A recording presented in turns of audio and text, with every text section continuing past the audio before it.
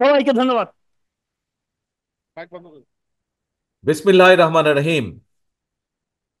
আজকের এই জনসভার সম্মানিত সভাপতি, মঞ্চে উপস্থিত স্থায়ী কমিটির সম্মানিত সদস্য যেমন নজরুল ইসলাম খান, উপস্থিত সম্মানিত নেতা জনাব ফজলুর রহমান সহ উপস্থিত নেতৃবৃন্দ, মঞ্চে উপস্থিত আন্দোলনে শহীদ পরিবারের সদস্যবৃন্দ, উপস্থিত আন্দোলনে ক্ষতিগ্রস্ত পরিবারের সদস্যবৃন্দ, আমার সামনে উপস্থিত কিশোরগঞ্জবাসী, কিশোরগঞ্জের বিভিন্ন এলাকা থেকে আগত প্রিয় ভাই ও বোনেরা, আসসালামু আলাইকুম।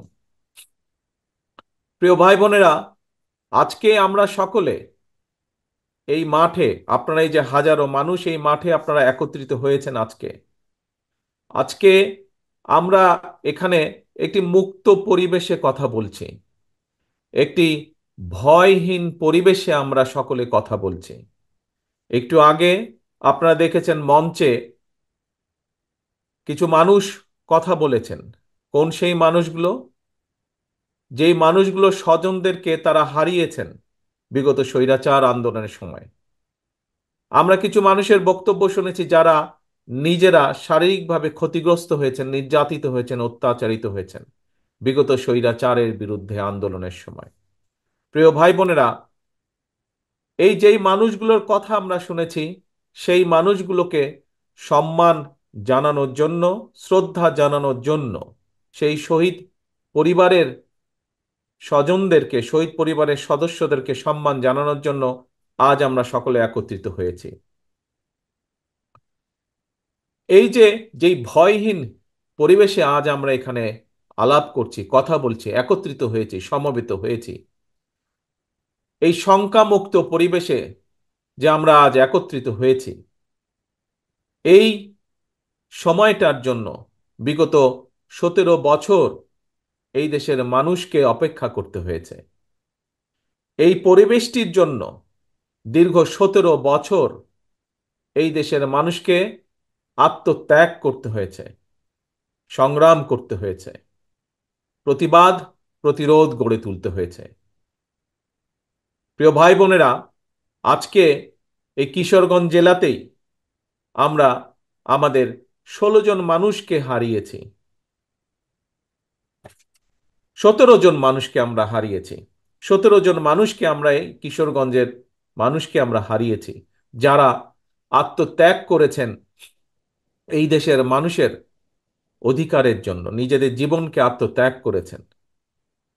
16 জন মানুষ আছেন যারা বিভিন্নভাবে ক্ষতিগ্রস্ত হয়েছেন শারীরিকভাবে, যারা ভয় পাননি, পিছিয়ে যাননি, যারা দেশের মানুষের অধিকারের কথা বলতে গিয়ে। প্রিয় ভাই বোনেরা, সারা বাংলাদেশে এরকম হাজারো মানুষ আছে, হাজারো শহীদ পরিবার আছে, যারা হাজারো শহীদ আছে, যারা আত্মত্যাগ করেছেন বিগত 17 বছরে। বিশেষ করে গত জুলাই আগস্ট মাসেই হাজারো হাজারো মানুষ আছে যাদেরকে হত্যা করা হয়েছে শুধু ঢাকা শহরেই। এর বাইরে বহু মানুষ যারা বিভিন্নভাবে ক্ষতিগ্রস্ত হয়েছেন। বিএনপি সহ, বিএনপিরই শুধু 50 লক্ষ, 60 লক্ষের মতন নেতা কর্মী যারা বিগত স্বৈরাচারের সময় বিভিন্নভাবে নির্যাতিত হয়েছেন, অত্যাচারিত হয়েছেন। বিএনপির বাইরেও বহু আরো রাজনৈতিক দল আছে যাদের সদস্যরা একইভাবে বিএনপির নেতা কর্মীদের মতন অত্যাচারিত হয়েছে, নির্যাতিত হয়েছে। প্রিয় ভাই বোনেরা, এই যে এত মানুষ শহীদ হয়েছেন, এত মানুষ আত্মত্যাগ করেছেন, এত মানুষ নির্যাতিত হয়েছেন, কেন এই মানুষগুলো আত্মত্যাগ করলেন, নির্যাতিত হলেন? কারণ একটাই, এই মানুষগুলো বাংলাদেশের মানুষের, সাধারণ মানুষের রাজনৈতিক অধিকার নিশ্চিত করতে চেয়েছিল।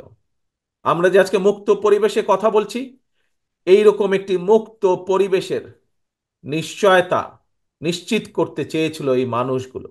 কিন্তু আমরা দেখেছি স্বৈরাচার দাবিয়ে রাখতে চেয়েছিল এই বাংলাদেশের মানুষকে।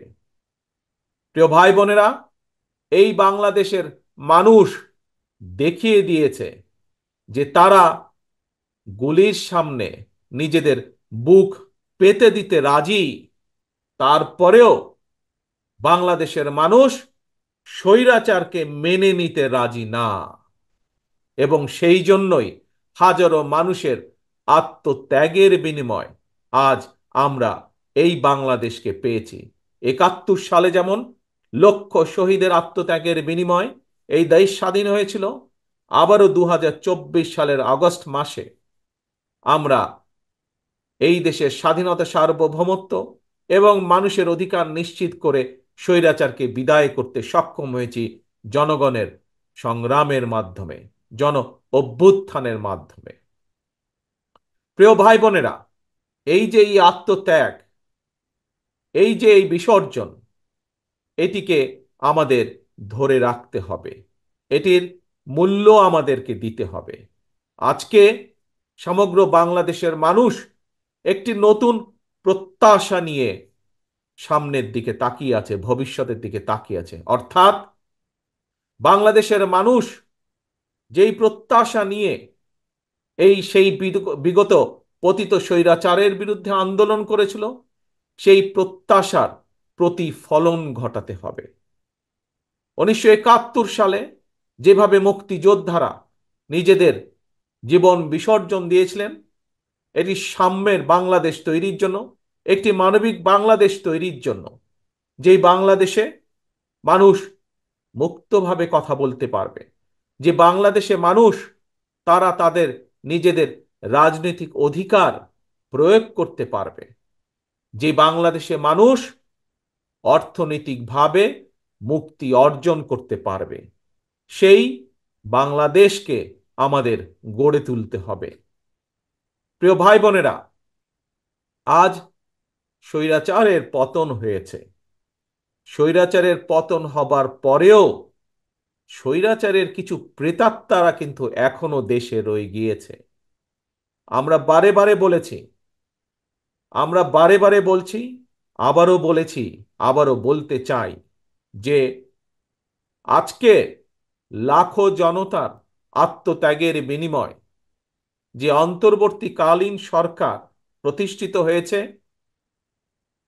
এই সরকার জনগণের রাজনৈতিক যে প্রত্যাশা, জনগণের রাজনৈতিক যে অধিকার, যার জন্য বাংলাদেশের মানুষ বিগত ১৭ বছর ধরে সংগ্রাম করছে, সেই অধিকার যাতে সঠিকভাবে প্রতিষ্ঠিত হয়, তার জন্য তারা পদক্ষেপ গ্রহণ করবে।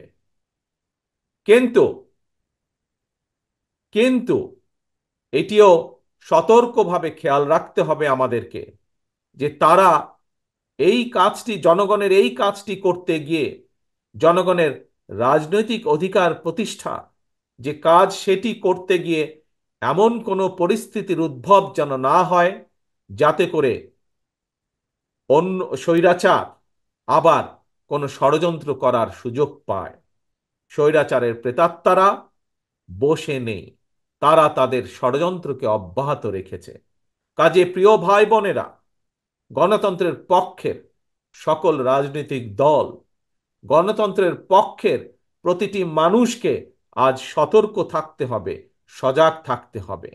একইভাবে যেরকম আমরা এই অন্তর্বর্তীকালীন সরকারকে সহযোগিতা করব, একই সাথে আমাদেরকে এটাও বলবে যে কোথায় কি সমস্যা হচ্ছে এবং কিভাবে তার সমাধান করতে হবে, সেই সহযোগিতা আমাদের তাদেরকে দিতে হবে। প্রিয় ভাই বোনেরা, আজকে সমগ্র বাংলাদেশের মানুষ প্রত্যাশা করছে, কি প্রত্যাশা করছে?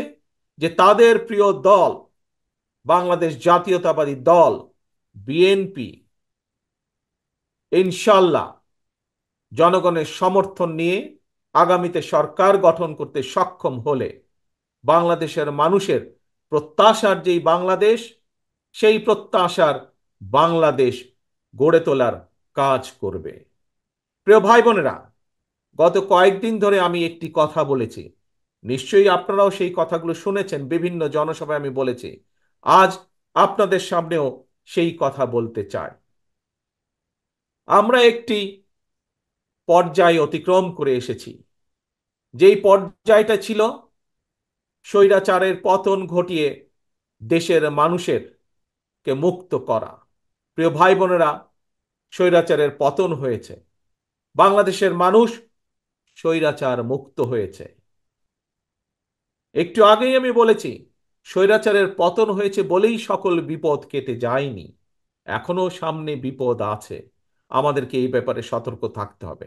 কিন্তু এর পাশাপাশি আমাদেরকে দেশ গড়ে তুলতে হবে, দেশকে ঐক্যবদ্ধ করতে হবে, দেশকে সামনে নিয়ে যেতে হবে। পৃথিবীর বুকে বাংলাদেশকে গড়ে তুলতে হবে একটি সম্ভাবনাময় দেশ, একটি সম্ভাবনাময় জাতি হিসাবে। প্রিয় ভাই বোনেরা, আমার বক্তব্যে আমি বলেছি যে শুধুমাত্র রাজনৈতিক মুক্তি হলে, রাজনৈতিক অধিকার প্রতিষ্ঠা হলেই সকল কিছু হয়ে যায় না। রাজনৈতিক ক্ষমতা অর্জন, রাজনৈতিক অধিকার প্রতিষ্ঠা পাশাপাশি আমাদেরকে বাংলাদেশের মানুষের অর্থনৈতিক মুক্তির সংগ্রামেও জয় যুক্ত হতে হবে। বাংলাদেশের মানুষের অর্থনৈতিক সংগ্রামেও আমাদেরকে জয় পেতে হবে। তাহলেই একমাত্র আমরা আমাদের যে আন্দোলন, সেইটির কাঙ্ক্ষিত লক্ষ্যে আমরা পৌঁছতে সক্ষম হব। প্রিয় ভাই বোনেরা, বাংলাদেশ, আমি বিশ্বাস করি দৃঢ়ভাবে, আমার সাথে বাংলাদেশের বহু লক্ষ কোটি মানুষ বিশ্বাস করে, বিশেষ করে আজকের তরুণ প্রজন্মের যারা সদস্য, তারা সকলেই বিশ্বাস করেন কি, যে এই বাংলাদেশটি এবং বাংলাদেশের মানুষ একটি সম্ভাবনাময় জাতি। এই বাংলাদেশ একটি সম্ভাবনাময় দেশ। শুধু প্রয়োজন সঠিক পরিকল্পনা, শুধু প্রয়োজন সঠিক নেতৃত্বের। প্রিয় ভাই বোনেরা, যদি আমরা রাজনৈতিক ক্ষমতা অর্জনের মাধ্যমে আমরা যদি সঠিক মানুষগুলোর হাতে এই দেশ এবং জাতির নেতৃত্ব তুলে দিতে সক্ষম হই, এই দেশের মানুষকে যদি আমরা সুযোগ করে দিতে পারি যে কারা তাদের নেতৃত্ব দিবে, সেই দায়িত্ব যদি আমরা মানুষের হাতে তুলে দিতে পারি, আমি ব্যক্তিগতভাবে বিশ্বাস করি তাহলে সেই দায়িত্বপ্রাপ্ত সঠিক ব্যক্তিবর্গ, সঠিক ব্যক্তিগণ এই জাতিকে সঠিকভাবে নেতৃত্ব দিতে পারবে। যেই নেতৃত্বের মাধ্যমে এই দেশের মানুষ একদিকে যেমন রাজনৈতিক অধিকার প্রতিষ্ঠিত করতে পারবে, একই সাথে অর্থনৈতিক মুক্তিও অর্জন করা সম্ভব সেই সঠিক ব্যক্তিদের নেতৃত্বের মাধ্যমে। প্রিয় ভাই বোনেরা, বাংলাদেশের প্রত্যেকটি, সমগ্র বাংলাদেশ যেমন একটি সম্ভাবনাময় দেশ, ঠিক একইভাবে আমি বিশ্বাস করি বাংলাদেশের প্রতিটি অঞ্চল, প্রতিটি জেলা একটি সম্ভাবনাময় এলাকা। আমরা আজ কিশোরগঞ্জে এই জনসভাটি অনুষ্ঠিত হচ্ছে আমাদের, আমরা যদি কিশোরগঞ্জে দেখি, আমার সামনে যত আপনারা হাজার হাজার যে মানুষ আজ এখানে উপস্থিত হয়েছেন, এই জনসভায় উপস্থিত হয়েছেন, প্রায় প্রত্যেকে আপনারা এখানে, হয়তো দু চারজন অন্য জেলার মানুষ থাকতে পারেন, কিন্তু অধিকাংশ মানুষ এখানে কিশোরগঞ্জ জেলার মানুষ। কিশোরগঞ্জ জেলার সম্পর্কে আমি, কিশোরগঞ্জ জেলা যে কিভাবে একটি বাংলাদেশের মধ্যে অন্যতম একটি সম্ভাবনাময় জেলা, আমি দু একটি কথা দিয়ে আপনাদের সামনে তুলে ধরতে চাই। প্রিয় ভাই বোনেরা, বোরো মৌসুমে আপনাদের এখানে প্রচুর ধান হয়। আপনারা কি জানেন, আপনারা কি জানেন যে এই যে হাওর এলাকায় বোরো মৌসুমে যে প্রচুর যে ধান হয়, আর বোরো মৌসুমে শুধু আপনারা যে ধান উৎপাদন করেন শুধুমাত্র কিশোরগঞ্জ জেলায়, সেটি সমগ্র বাংলাদেশের ভিতরে যে ধান উৎপাদিত হয় তার 16% ধান আপনারা উৎপাদিত করেন। তার মানে দেখুন কত সম্ভাবনাময় একটি জেলা। সমগ্র দেশের 16% ধান একটি অঞ্চলেই আপনারা উৎপাদিত করেন। যদি সঠিক পরিকল্পনা গ্রহণ করা সম্ভব হয়, সঠিক পরিকল্পনা গ্রহণ করা যায়, যদি এই ধান যেই কৃষক ভাইয়েরা উৎপাদন করছেন তাদেরকে যদি রাষ্ট্রের পক্ষ থেকে সঠিকভাবে সহযোগিতা প্রদান করা যায়, তাহলে এই 16%কে আমরা আরো বেশি, হয়তো 20% আমরা করতে সক্ষম, 25% আমরা করতে সক্ষম। কৃষকদেরকে সঠিকভাবে যদি সহযোগিতা করতে সক্ষম হই আমরা।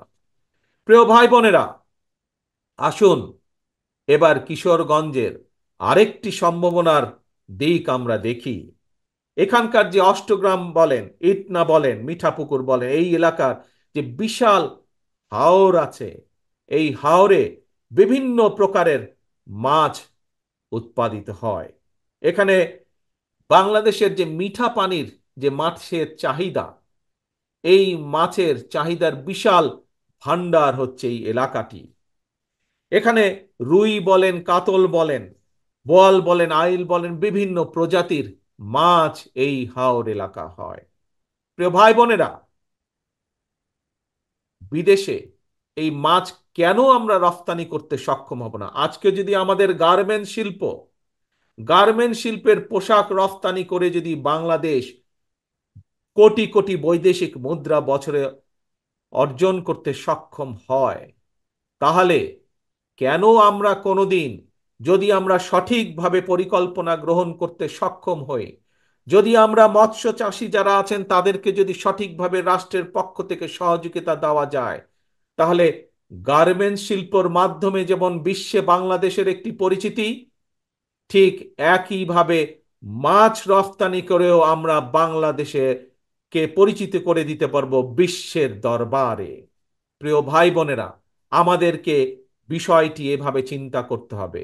আমরা যেমন বাংলাদেশের মানুষের মাছের চাহিদা পূরণ করতে সক্ষম হব, ঠিক একইভাবে আমরা আমাদের এই মাছ বিদেশেও রফতানি করতে সক্ষম হব, যার মাধ্যমে শুধু যে বৈদেশিক মুদ্রা অর্জিত হবে তা নয়, এই মাছ রফতানির যে বিভিন্ন প্রক্রিয়া আছে, এই প্রক্রিয়ার মাধ্যমে আমরা হাজারো লক্ষ ভাই বোনের কর্মসংস্থানের ব্যবস্থা আমরা করতে পারবো।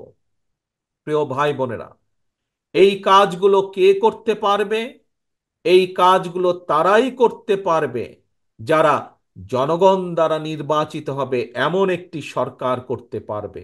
কারণ সেই জনগণের সরকারের বাধ্যবাধকতা থাকবে জনগণের কাছে, জবাবদিহিতা থাকবে জনগণের কাছে।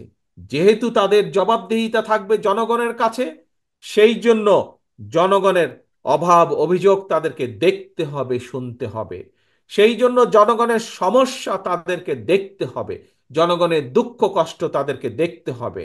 আমাদের যুবক সমাজের বেকার যারা থাকবে তাদের কর্মসংস্থানের ব্যবস্থা সেই জনগণের সরকারকেই করতে হবে। সেই জন্যই প্রয়োজন জনগণের সরকার। সেই জন্যই বাংলাদেশে প্রয়োজন বাংলাদেশের মানুষের কাছে জবাবদিহিমূলক একটি সরকার, যারা বাধ্য থাকবে জনগণের কাছে। এবং সেই জন্যই সেই অধিকার প্রতিষ্ঠিত করতে হবে ভোটের মাধ্যমে, এবং সেই অধিকার প্রতিষ্ঠিত করতে হবে জনগণের মাঝ থেকে। জনগণের জন্য সেই অধিকারকে প্রতিষ্ঠিত করতে হবে যে কোনো মূল্যে। আজকে যে শহীদ পরিবারগুলো আমাদের সামনে আছে, এই পরিবারের সদস্য যারা শহীদ হয়েছেন, তারা এই অধিকার অর্জনের জন্যই শহীদ হয়েছেন। আজকে যে মানুষগুলো পঙ্গু হয়ে আমাদের সামনে মঞ্চে বসে আছে, তারা জনগণের এই অধিকারকে প্রতিষ্ঠিত করার জন্যই আজ এই ক্ষতির সম্মুখীন হয়েছেন। যেদিন বাংলাদেশে মানুষের এই অধিকার প্রতিষ্ঠিত হবে, সেদিন তাদের এই ত্যাগ এই ত্যাগের সঠিক মূল্যায়ন করা হবে। প্রিয় ভাই বোনেরা, আপনাদের এই কিশোরগঞ্জের আরেকটি সম্ভাবনা আছে, যে সম্ভাবনাটি আমি আপনাদের সাথে তুলে ধরতে চাই। হয়তো অনেকেই সেই সম্ভাবনাটি বিষয় অনেকেই জানা নেই, কারণ এইটির ব্যাপারে খুব বেশি প্রচার বা প্রসারও নেই। সেটি কি হচ্ছে? সেটি হচ্ছে কিশোরগঞ্জের অষ্টগ্রামের যে পনির। এই পনিরের কথা জানেন অনেক মানুষ, কিন্তু বহু মানুষ জানেন না। এই পনিরকে আমরা বিশ্বে পরিচিত করতে পারি এই পনিরের উৎপাদনের মাধ্যমে, যদি সঠিক সঠিক পরিকল্পনা গ্রহণ করা হয়, তাহলে বিশ্বের বুকে এই পনিরকে আমরা ছড়িয়ে দিতে পারি। এবং বিশ্বের বুকে ছড়িয়ে দিয়ে যেমন আমরা সুনাম অর্জন করতে পারি শুধু পনির ছড়িয়ে দেওয়ার মাধ্যমে, সবচেয়ে বড় যে বিষয়টি অর্জিত হবে এর মাধ্যমে, বহু ভাই বোনের কর্মসংস্থানের ব্যবস্থা করতে আমরা সক্ষম হব। প্রিয় ভাই বোনেরা, আমি আগেই বলেছি, বাংলাদেশ জাতীয়তাবাদী দল বিএনপির প্রধান যেই লক্ষ্য, একটি হচ্ছে জনগণের জনগণের রাজনৈতিক অধিকার প্রতিষ্ঠার সংগ্রাম। একই সাথে আরেকটি যে প্রধান লক্ষ্য, সেটি হচ্ছে জনগণের অর্থনৈতিক মুক্তি অর্জন। আমরা জনগণকে সমগ্র বাংলাদেশের, আমরা স্বৈরাচারের আমলে দেখেছি তাদের কিছু কিছু লোককে তারা অনেকভাবে অনেক কিছু করেছে। এরই ভিতরে আপনারা দেখেছেন কিভাবে বিদেশে তাদের শত শত বাড়ি ঘর তারা তৈরি করেছে এই জনগণের অর্থ পাচার করে বিগত 17 বছর ধরে। কিন্তু বিএনপি গুটি সংখ্যক লোক না।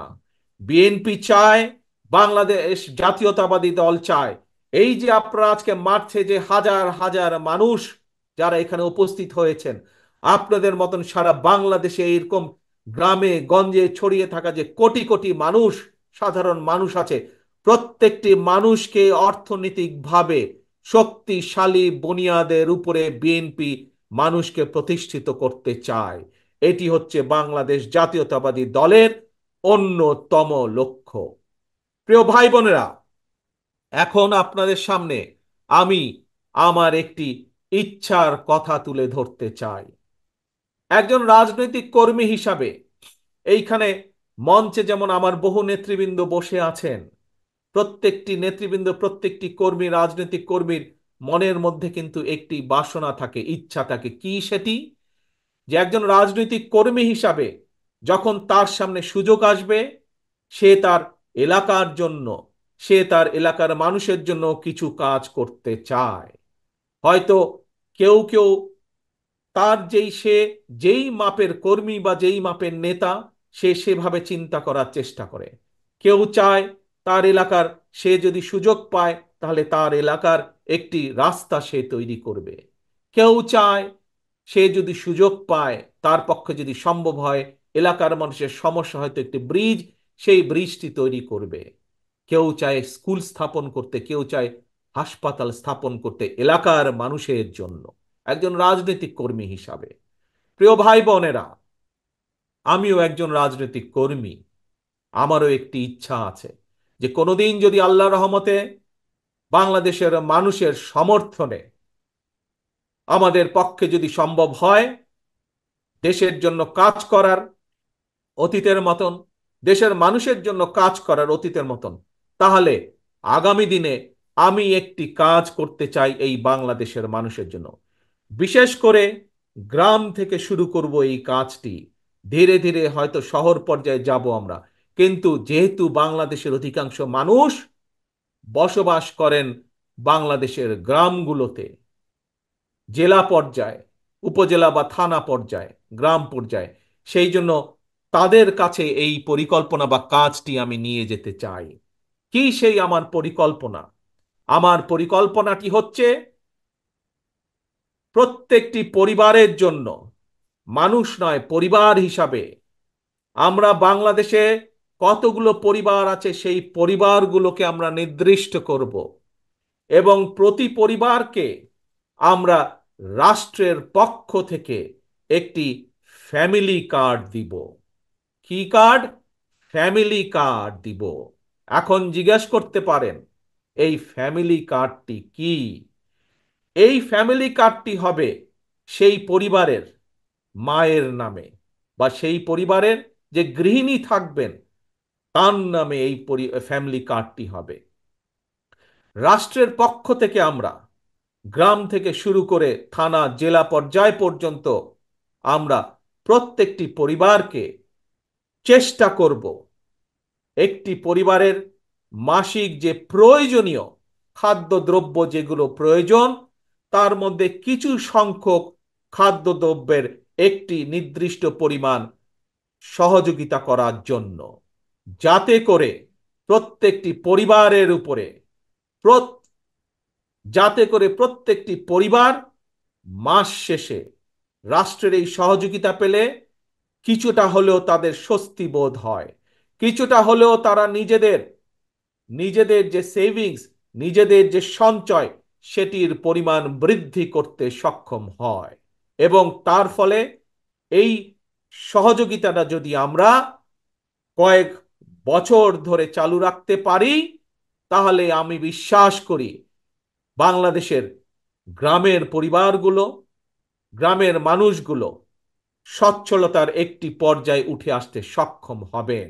অর্থাৎ রাষ্ট্র সরাসরিভাবে প্রত্যেকটি পরিবারের পাশে, রাষ্ট্রের সামর্থ্য অনুযায়ী প্রত্যেকটি পরিবারের পাশে দাঁড়ানোর চেষ্টা করবে, তাদেরকে সহযোগিতা করার চেষ্টা করবে, তাদেরকে সাহায্য করার চেষ্টা করবে, যাতে করে তারা স্বাবলম্বী হয়ে উঠতে পারে। প্রিয় সহকর্মীবৃন্দ, দেশ এবং জাতির ব্যাপারে, দেশ এবং জাতিকে নিয়ে একজন রাজনৈতিক কর্মী হিসাবে আমার আরো কিছু পরিকল্পনা আছে, যেই পরিকল্পনাগুলো পর্যায়ক্রমিকভাবে আমি আপনাদের সামনে ধীরে ধীরে তুলে ধরব। আজ একটি পরিকল্পনার কথা আপনাদের সামনে তুলে ধরলাম, ফ্যামিলি কার্ড। এবং এই কার্ডের, আমি আগেই বলেছি, এই কার্ডটি কার নামে হবে? এই কার্ডটি সেই পরিবারের গৃহিণী, চারজনের একটি পরিবার, রাষ্ট্রের পক্ষ থেকে সহযোগিতা প্রদান করা হবে। এবং এই ফ্যামিলি কার্ডটি হবে সেই পরিবারের মা বা সেই পরিবারের যে গৃহিণী থাকবেন তার নামে, যাতে করে আমরা যাতে করে আমরা বাংলাদেশের অর্ধেক অর্ধেক জনসংখ্যার অর্ধেক হচ্ছে নারী, যাতে করে আমরা নারীদের ক্ষমতায়ন বৃদ্ধি করতে পারি, যাতে করে স্বাবলম্বী করে গড়ে তুলতে পারি আমরা বাংলাদেশের মা বোনকে, সেটিও হবে তার অন্যতম একটি লক্ষ্য এই ফ্যামিলি কার্ডের। প্রিয় ভাই বোনেরা, আপনাদের সামনে আজ আমি যেই কথাগুলো তুলে ধরলাম, যেই কথাগুলো আপনাদের সামনে আমি বললাম, তার লক্ষ্য এবং উদ্দেশ্য একটি। কি সেই লক্ষ্য এবং উদ্দেশ্য? বাংলাদেশকে সামনে নিয়ে যাওয়া। আমরা বাংলাদেশের মানুষকে স্বাবলম্বীভাবে গড়ে তুলতে চাই অর্থনৈতিকভাবে। আমরা বাংলাদেশের মানুষের রাজনৈতিক অধিকারকে প্রতিষ্ঠিত করতে চাই। এবং এটিই হচ্ছে আমাদের লক্ষ্য, এটিই হচ্ছে আমাদের উদ্দেশ্য। কিন্তু এই লক্ষ্য এবং উদ্দেশ্যকে বাধাগ্রস্ত করার জন্য স্বৈরাচারের দোসররা এখনো তাদের ষড়যন্ত্রকে অব্যাহত রেখেছে। প্রিয় ভাই বোনেরা, আজ যেই শহীদদেরকে আমরা সম্মান দিয়েছি এখানে, সেই শহীদদের আত্মত্যাগকে যদি মূল্যায়ন করতে হয়, আজ যেই পঙ্গু ভাই বোনদের বা ক্ষতিগ্রস্ত আমাদের সহকর্মী ভাই বোনদেরকে যে আমরা এই যেই সম্মান দিয়েছি, তাদের সেই সম্মানকে যদি মূল্যায়ন করতে হয়, তাদের আত্মত্যাগকে যদি মূল্যায়ন করতে হয়, তাহলে আজ দল মত নির্বিশেষে আমাদের সকলকে ঐক্যবদ্ধ থাকতে হবে। ঐক্যবদ্ধ থাকতে হবে আমাদেরকে এই দেশের স্বার্থে, দেশের মানুষের স্বার্থে ঐক্যবদ্ধ থাকতে হবে। আমরা বিগত দিনে দেখেছি আমরা বিগত দিনে দেখেছি যে স্বৈরাচার সময় তারা ক্ষমতা ধরে রাখার জন্য তারা বিভিন্ন অপবাদ দিয়ে জাতিকে বিভক্ত করার চেষ্টা করেছিল। তারা, বাংলাদেশ জাতীয়তাবাদী দল বিভক্তি চায় না। আমরা চাই জাতিকে ঐক্যবদ্ধ করতে। আমরা চাই আমরা সকল দল মত নির্বিশেষে, বাংলাদেশে বিএনপি যেমন আছে, বাংলাদেশে অন্য আরো রাজনৈতিক দল আছে। আপনারা দেখেছেন, কয়েকদিন আগে আপনারা দেখেছেন, আমরা বলেছি দলের পক্ষ থেকে যে আমরা দলের পক্ষ থেকে 31 দফা একটি পরিকল্পনা বা কর্মসূচি আমরা ঘোষণা করেছি। এই 31 দফায় আমরা পরিষ্কারভাবে তুলে ধরেছি যে আমরা চাই আমরা সকলকে নিয়ে সরকার গঠন করতে। আমাদের সাথে বিশেষ করে আমাদের সাথে বিগত 17 বছরের স্বৈরাচার বিরোধী আন্দোলনের সময় যে সকল রাজনৈতিক দলগুলো আমাদের সাথে ছিলেন, যে সকল রাজনৈতিক দলের নেতৃবৃন্দ আমাদের সাথে ছিলেন এবং এখনো আছেন, আমরা চাই দল মত নির্বিশেষে সকলকে নিয়ে এই জাতি গঠন করতে, সকলকে নিয়ে এই দেশকে পুনর্গঠন করতে। প্রিয় ভাই বোনেরা, প্রিয় ভাই বোনেরা, দেশনেত্রী খালেদা জিয়া একটি কথা বলেছিলেন যে এই দেশের বাইরে দেশনেত্রী খালেদা জিয়ার কোনো ঠিকানা নেই। বাংলাদেশের বাইরে দেশনেত্রী খালেদা জিয়ার কোনো ঠিকানা নেই। দেশনেত্রীর খালেদা জিয়ার সন্তান হিসাবে আজ আপনাদের সামনে একইভাবে আমিও বলতে চাই, বাংলাদেশের বাইরে আমার কোনো ঠিকানা নেই। কাজেই এই দেশই আমার ঠিকানা, এই দেশই আমার প্রথম ঠিকানা, এই দেশই আমার শেষ ঠিকানা। কাজেই এই দেশকে জন্য আমরা, এই দেশের মানুষের ভালো কিছু করার জন্য আমাদের সকল প্রকার সকল প্রকার আমাদের সব সব রকম প্রচেষ্টা আমাদের থাকবে। প্রিয় ভাই বোনেরা, কাজেই এই দেশই আমাদের প্রথম, এই দেশই আমাদের শেষ বাংলাদেশ। আসুন আজকে আমরা এখানে সকলে মিলে প্রতিজ্ঞা গ্রহণ করি। কি সেই প্রতিজ্ঞা? যেই শত হাজার মানুষ আত্মত্যাগ করেছেন স্বৈরাচারকে বিদায়ের জন্য, যেই হাজারো মানুষ নিজেদের ক্ষতির সম্মুখীন হয়েও দমে যাননি স্বৈরাচারকে বিদায় করার জন্য, সেই মানুষগুলোকে সম্মাননা জানিয়ে, সেই মানুষগুলোর আত্মত্যাগকে মূল্যায়ন করে আমরা সকলে ঐক্যবদ্ধ থাকি।